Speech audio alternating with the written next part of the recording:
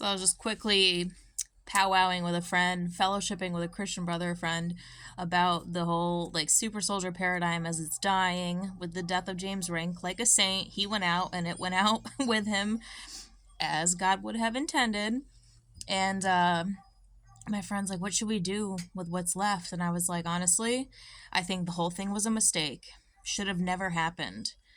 And I'm like, I'll go to these conferences. I've gone to these conferences and I ask people important questions like, how do you do with relationships? Can you hold a relationship? How's your relationship with your family? Do you take good care of yourself? Can you hold a job? Are you sustainable enough? Like, can you sustain yourself as an ordinary person?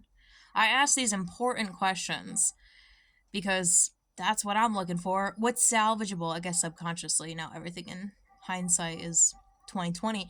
And then we find ourselves now like on the other side of all of that work, and it's just like this whole thing was a mistake. Whoever's left in the super soldier paradigm in the metaverse sense, because there are super soldiers like myself, we did work in real life. Like everything we did was in real life. You can find the receipts, you can find the books, you can find it all. Easy peasy. These other people, these metaverse super soldiers, big mistake.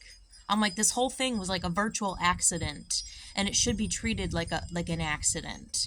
It should be wiped clean, as if it never happened. The whole thing was a mistake, in my opinion, and I think that's where we find ourselves now.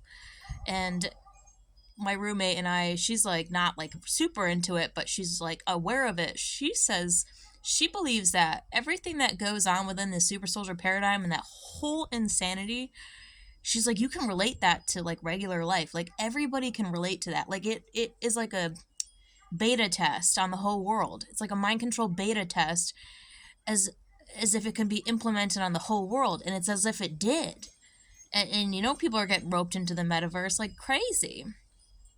You know, I'm not like immune to it because I have like implanted memories. They're very like, you know, nothing really important, but I'm like, I have a memory of my nephew having flaming red hair. And it's like, he doesn't have flaming red hair. He's a baby. And we were talking about this at Christmas. I'm like, why? Why did I think he had flaming red hair? They're like, no, it's strawberry. I was like, what the hell? I'm like, in my head, the kid has flaming red hair.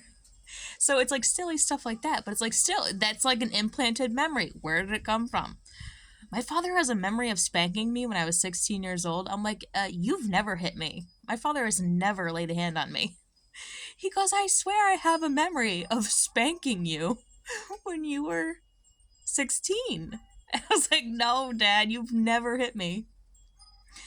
My ex-boyfriend, he's not really an ex-boyfriend, but my loved one, he's like, I have a memory of you wearing red lipstick. And I'm like, that is so funny. I've only worn red lipstick one time in my life, and I learned it looked terrible on me. So why does he have this memory? Do you know anybody who's having memories that, like, they're not, it's not what happened? It's so funny. It's so interesting.